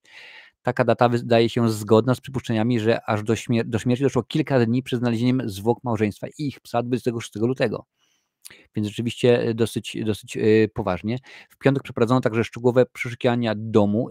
Jednocześnie wykluczono, jakby miało dojść w nich do wycieku gazu, co mogłoby tłumaczyć tajemnicze okoliczności ich śmierci. I co sugerowało? Co znaleziono w domu? Proszę bardzo, panie i panowie. Pierwsze informacje przeprowadzone przez policję śledztwa ujawniły, że przy ciele żony Hackmana znaleziono porzucone tabletki. Raport z przeszukania domu zmarłych ujawnił, jakiego rodzaju były to lekarstwa i czy mogły mieć związek z nagłą śmiercią.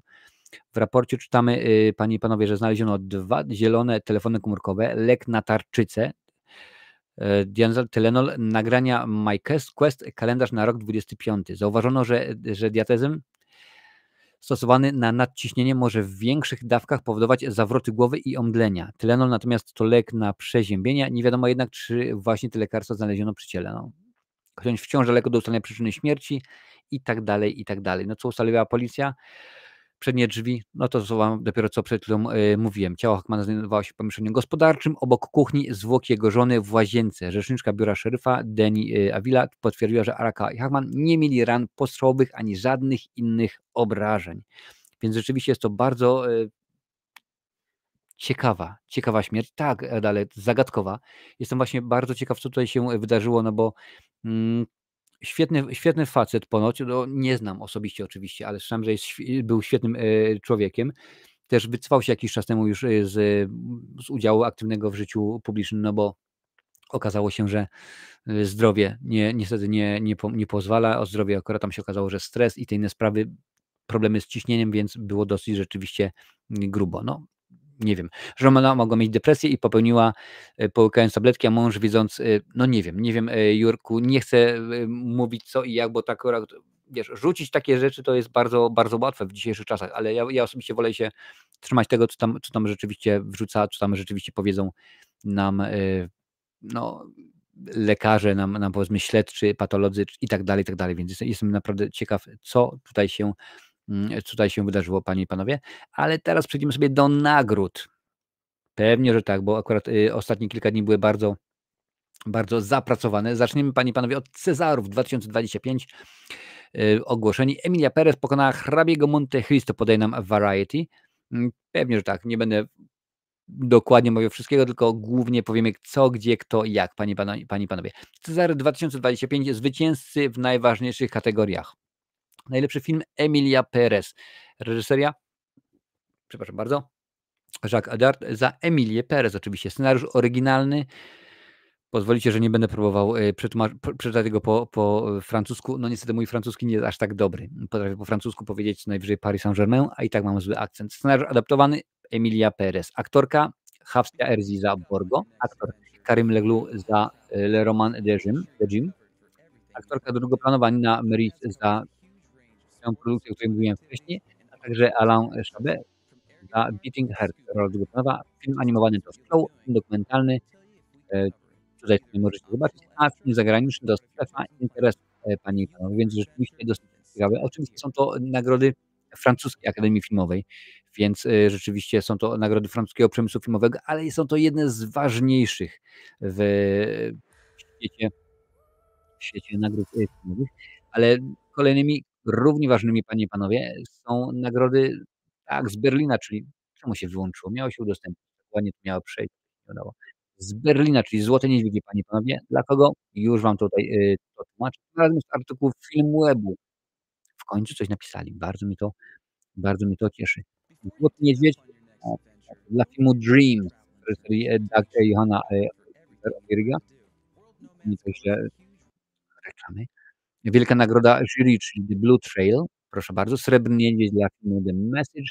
I najlepsza rola główna Rose Byrne za film If I Had Legs, I'd Kick You. Jakbym miała nogi, to bym ci kopała. Najlepsza rola drugoplanowa Andrew Scott za Blue Moon. Srebrny Niedźwiedź za wybitny wkład artystyczny Lucille Hadzilowicz za Le Tour de Glace. Najlepsza reżyseria Huo Meng za Living in the Land i najlepszy scenariusz Road za Continental 25. Więc jak widzicie, ja wiem, że tych filmów oczywiście nie wszyscy je kojarzą i w większości to one dopiero będą w polskich kinach, ale rzeczywiście są to produkcje, które może niekoniecznie trzeba uwielbiać, ale trzeba byłoby znać przynajmniej tam jakoś, żeby one się pojawiły, żebyśmy kojarzyli, o co chodzi z nimi. No i teraz pora na tę, tak, no najbardziej kontrowersyjne, to takie najdziwniejsze, najzabawniejsze, z największym przymrużeniem oka. Już tutaj patrzę, co piszecie panie i panowie. Nic dziwnego, Emilia Perez najwięcej nominacji, skoro kontrowersyjne tematy porusza, ja nie mam zamiaru nawet odpalać. No proszę bardzo. Także wiemy. Marcin jest teraz mocno przygłuszony, musisz popatrzeć RAM, sterowniki i tak trzeba będzie. Jest bardzo źle, prawie nic nie słychać. Patrzcie.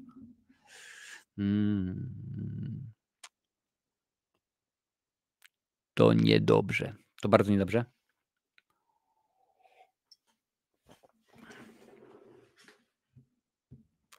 Wiecie co? Teraz nie, ale akurat na dzisiejszy live oscarowy spróbujemy tego, co? Odpalimy tego, zobaczymy jak to będzie wyglądało. Mam nadzieję, że będzie w miarę sensownie. Nowy mikrofon, może będzie jakiś fajny dźwięk, prawie nic nie słychać, piszecie, no to rzeczywiście bardzo szkoda, bardzo źle. Może akurat tutaj czy ja coś mogę tutaj powyłączać? Nie no, powyłączane jest wszystko, co ma być powyłączane, nic więcej nie jest włączone, więc Niestety nic nie poradzę. A specjalnie kable wymieniłem, kable są nowe, podłączyłem też w inne porty USB, że w razie W jakby były jakieś problemy. No tutaj widzicie, takie ważne rzeczy mówię. Zostawiaj na pełnym ekranie, to jest dobrze. Aha, no to czekajcie, to może zrobimy w ten sposób, że udostępnię wam maliny, ale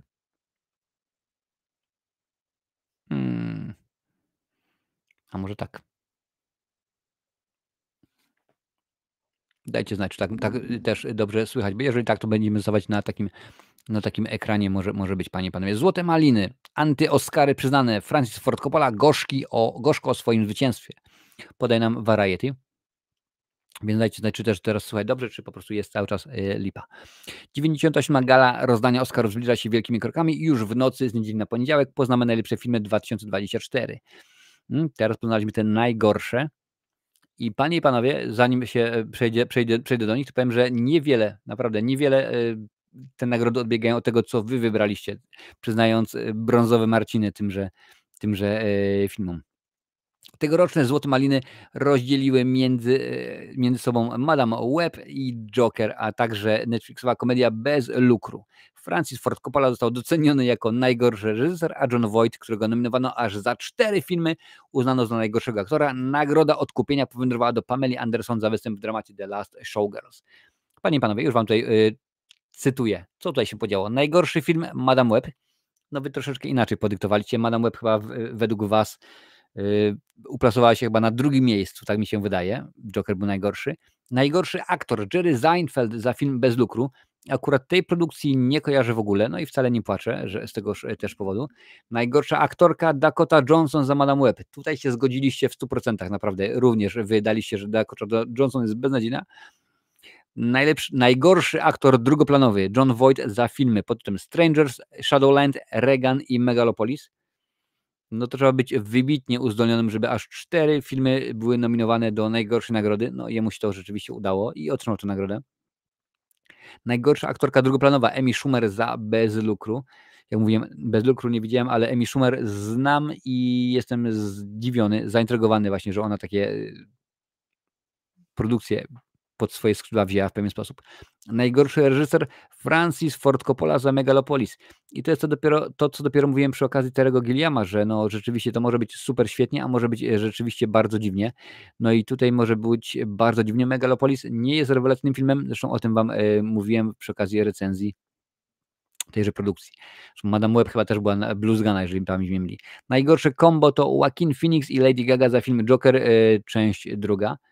Nie zgodzić się nie można. Naprawdę nie można się nie zgodzić, bo rzeczywiście była to zła rola.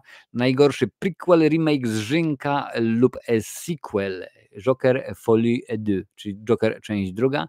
Najgorszy scenariusz Madame Web i nagroda odkupienia, czyli Pamela Anderson za The Last Showgirl.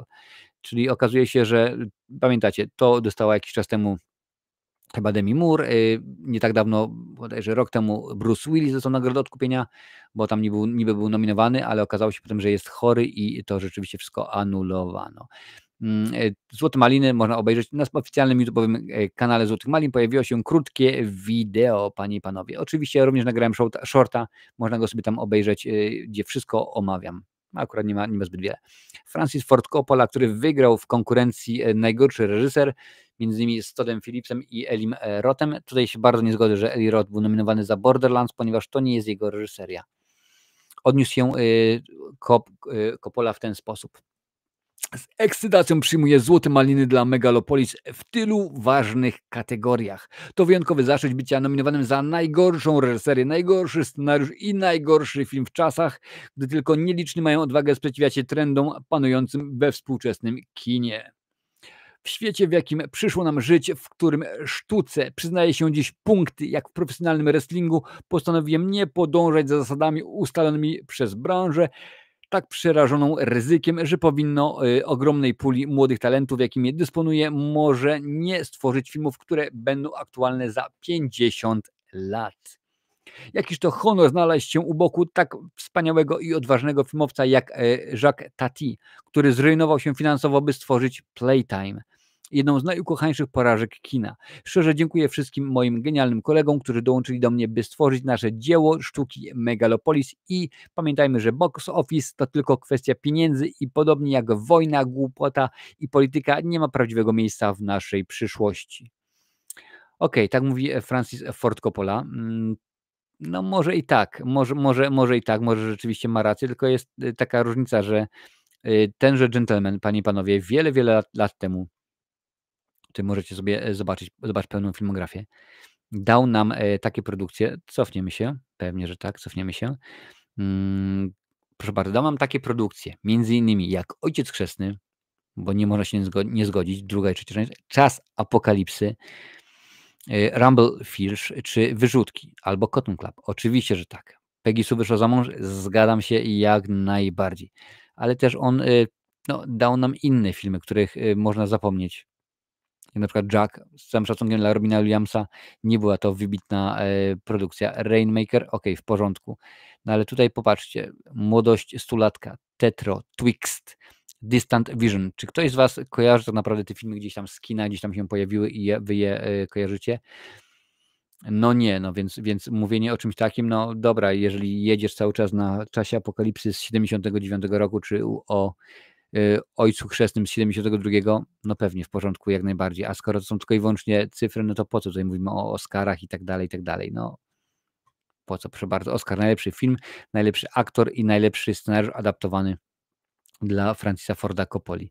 Więc albo nie przyjmujemy Oscarów i nie przyjmujemy złotych malin, albo przyjmujemy wszystko tak, jak idzie i dziękuję bardzo i śmigamy i nie ma problemu. Nie jest on oczywiście pierwszym twórcą, który odebrał malinę, bo było ich kilku, między innymi odebrała Halle Berry, odebrał między innymi Paul Verhoeven za Showgirls i powiedział dziękuję bardzo za tę nagrodę, będę wiedział jakich filmów więcej nie robić. Akurat tak to wyglądało u niego, no a mówienie, że po prostu nie ogarniacie, nie zrozumieliście, jak to ma wyglądać, to troszeczkę takie jest dla mnie niespecjalnie. Tak samo jak Ridley Scott powiedział kiedyś do jednego z gentlemanów w trakcie wywiadu, że spieprzaj na drzewo, bo ty nie musisz, nie znasz się na tym, co ja zrobiłem teraz, także dziękuję bardzo. Perfekt, idealny cytat z zespołu Perfekt, piosenka trzeba wiedzieć, kiedy ze sceny zejść niepokonanym. Jurek Piechota pisze, Madame Web, nie dziwię się, że tyle antynagród, bardzo słabe kino, chociaż żal Johnson, bo grała w fajnych filmach typu 21 Jump Street, a potem był Grey i w takich sobie filmach grała. Wiesz co, no to jest ten problem, ja o tym właśnie mówiłem dzisiaj na Instagramie Madame Perfumeli, możecie sprawdzić, obejrzeć sobie, bo z tego, co w archiwum jest dostępny, że nastąpiło pewne apogeum, wiesz, przy okazji 4. części Avengersów, tych filmów komiksowych, nieważne czy tylko i wyłącznie mówimy o Marvelu, czy mówimy o Marvelu i DC, czy też dodatkowo dorzucimy produkcje typu Hellboy, Kick-Ass i tak dalej, było tak dużo, że po prostu był koniec. No i tak naprawdę po 4. części Avengerów nie było bardzo dobrego filmu. Pojawiło się kilka takich, które możemy powiedzieć, o, rzeczywiście, to była produkcja dobra, ale na przykład Marvel szeroko pojęty, bo wiem, że oczywiście, że Madame Web to jest Sony, ale ogólnie szeroko pojęty Marvel to jest przecież zły film na złym filmie. Tak naprawdę nie ma świetnej produkcji, nie ma rzeczywiście bardzo dobrych filmów. Jeżeli już dostajemy jakąś, która jest ciekawa, jakaś interesująca, no to wszystko co najwyżej, wiesz, nie ma tego, że powiemy, o patrz, obejrzałem sobie Flasha, ale to było kino, to była rewelacyjna produkcja, a ja obejrzałem Aquamana 2 i też było dobrze, a Black Adam z Dwaynem Johnsonem to dopiero kino. No nie ma czegoś takiego, wiesz? Jak ktoś mi mówi dobry film od DC, ciach, proszę bardzo, wracam sobie do Batmanów Nolana, bo tak to rzeczywiście trzeba powiedzieć.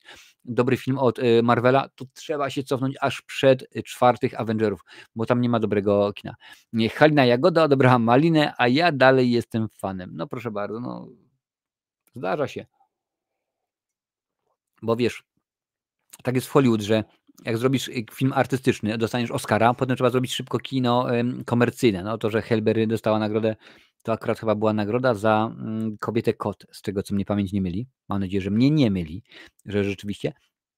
Więc ona dostała, no i tak jakoś to wszystko wyszło, wyglądało, no i co tu dużo mówić. Dajcie znać, czy teraz jak jestem cały czas na dużym ekranie, czy są problemy z mikrofonem, czy rzeczywiście cały czas to jest w porządku.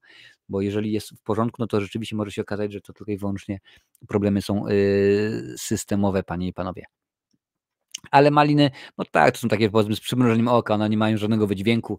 Sama nagroda z siebie kosztuje ile tam? $15 bodajże kosztuje statuetka, ona jest plastikowa, pomalowana na złoto, czy jakoś tak to rzeczywiście ma wyglądać tandetnie, ma wyglądać zabawnie, no i tak to rzeczywiście wszystko wygląda. Jest super, pisze Madame Perfumella, no więc rzeczywiście możliwe, że fakt jest taki, ażeby postawić nowy system.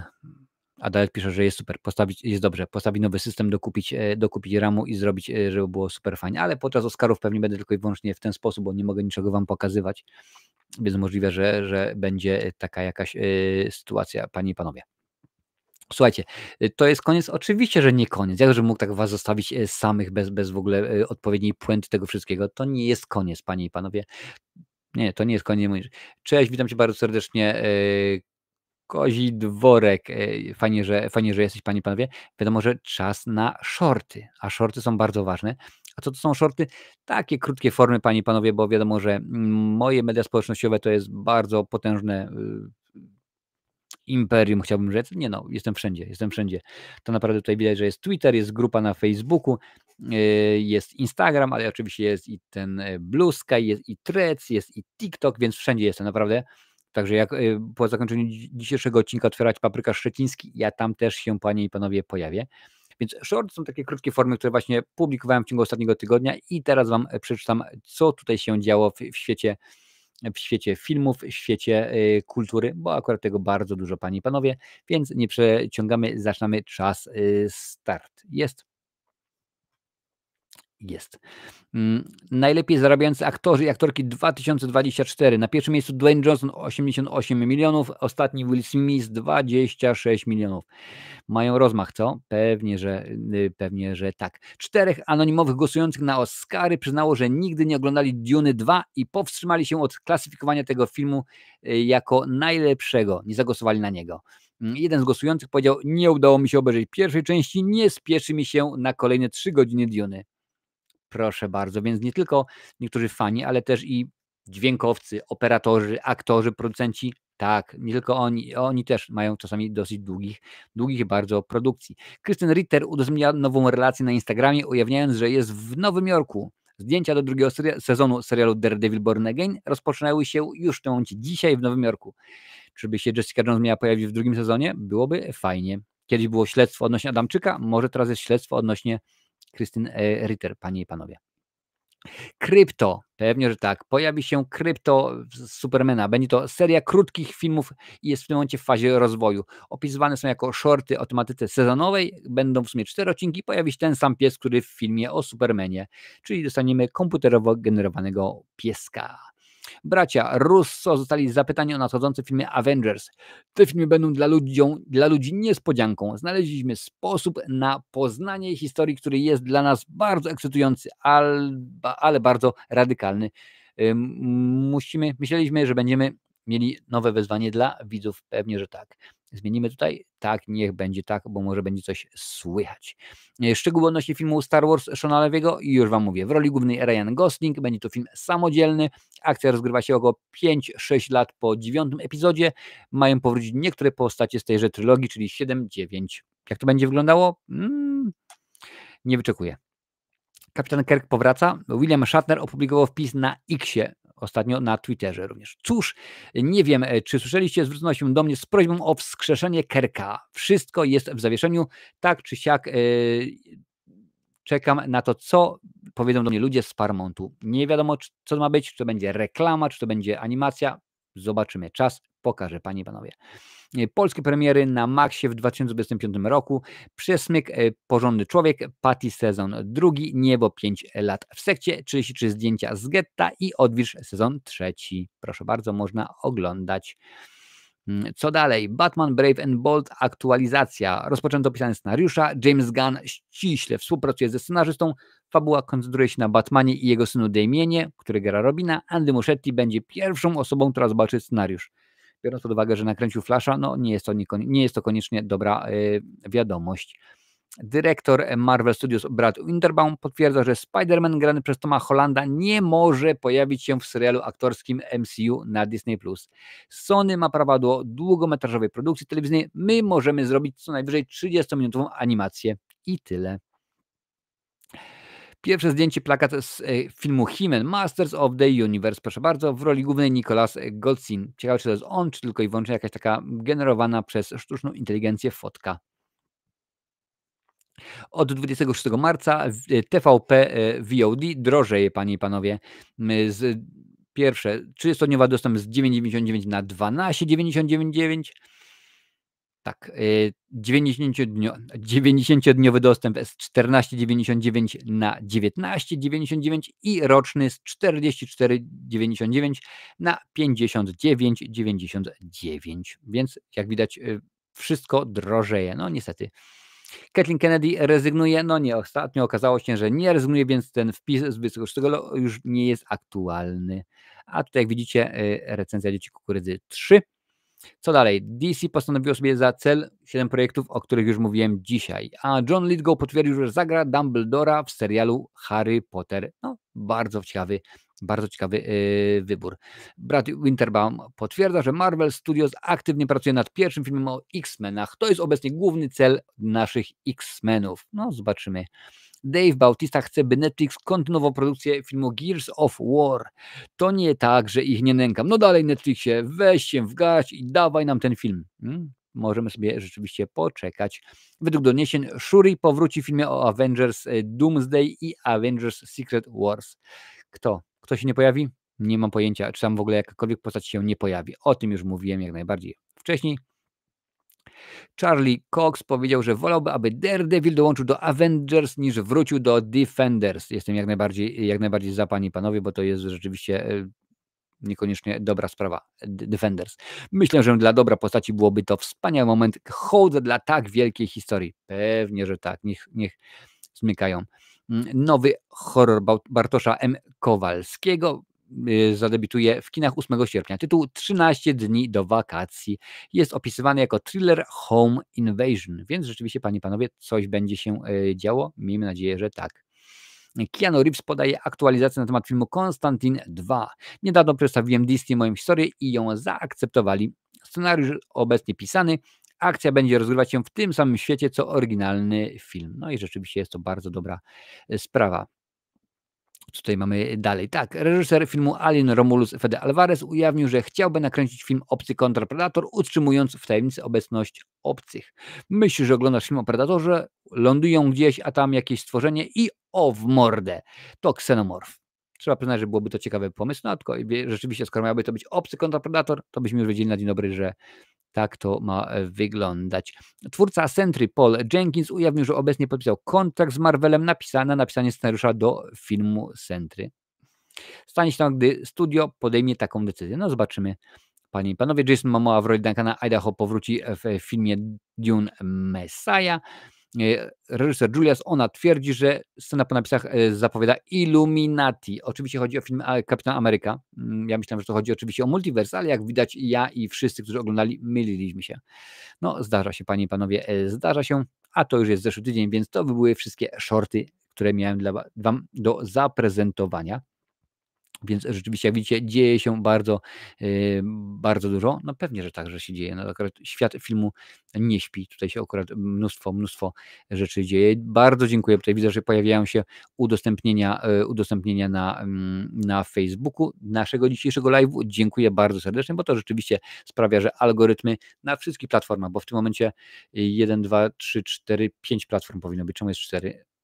Czemu jest 4? Facebook się nie włączył. Patrzcie, ja tutaj gadam cały czas, mówię normalnie, a tutaj widzę, że Facebook się nie włączył, ale jaja. Zdarza się. Trudno, życie. Jesteśmy na YouTubie, na Twitchu, na Instagramie, na TikToku. Trudno, nie ma nas na Facebooku, panie i panowie. Słuchajcie, teraz co się będzie działo w przyszłym tygodniu? Będzie się działo wiele, bardzo dużo, bo jak dobrze wiemy, jest wszystko oczywiście, tak, rozkład jazdy jest napakowany jak ten PKS, co jedzie do Lichenia, więc rzeczywiście jest bardzo grubo. We środę pojawią się kolejne, panie i panowie, kolejne kuzowe horrory, bo tak to musi być. Pokaż mi tutaj mój kapownik, tam się będzie działo. Już patrzę. Panie i panowie, co się będzie działo? Marzec mamy już. Mamy marzec? Pewnie, że mamy marzec. Otóż 7 premierę mają Nasienie Świętej Figi, panie i panowie, i Małpa, a wiem, że w tym momencie w tym momencie te produkcje są już dostępne w kinie w Irlandii, więc pewnie się pojawią, no, może wcześniej. Oprócz tego oczywiście teraz, jak nie wiem, czy śledzicie, ale na YouTubie, także na Facebooku dużo się pojawia teorii filmowych, bo te rzeczywiście odcinki, które tam kiedyś poczyniłem, postanowiłem pociąć na shorty i one się świetnie oglądają, więc bardzo mnie to cieszy, więc będą one powstawały. Na TikToku to w ogóle chyba wrzucam 5 czy 6 materiałów dziennie, także jest bardzo, bardzo dużo. My dzisiaj się jeszcze widzimy, teoretycznie nie dzisiaj, a już jutro, bo będzie już po północy u was. U mnie rzeczywiście jeszcze nie, ale widzimy się 30 minut po północy. Dla wszystkich, którzy oglądają na YouTubie, zaraz po zakończeniu tego odcinka przekieruję was to do odcinka właśnie Oscarowego, gdzie będziemy oglądać na żywo i komentować Oscary. I mówię od razu, i to pewnie będę musiał dzisiaj powiedzieć 500 razy, nie będę pokazywał transmisji z Oscarów, będę samemu oglądał i dla was komentował, ponieważ nie mam praw autorskich, a wiadomo, że to jest chyba największa impreza telewizyjna na świecie, no i jak najbardziej byłyby od razu blokady, zakaz nadawania i tak dalej, i tak dalej. Pewnie by się rzeczywiście działo w tej materii bardzo, bardzo dużo. Dziękuję wam wszystkim za to, że byliście dzisiaj. Pięknie, naprawdę dziękuję za wszystkie łapki w górę, bo to też rzeczywiście sprawia, że algorytm niesie i tak dalej, panie i panowie. A na żywo za tydzień widzimy się, pogadamy o tym, co tam w Hormudzie. A teraz jeszcze 3 godziny przerwy i wracamy po to, żeby pogadać o Oscarach, tylko muszę chyba koszulę ubrać, bo to dziś taka gala ważna i w ogóle. Cześć!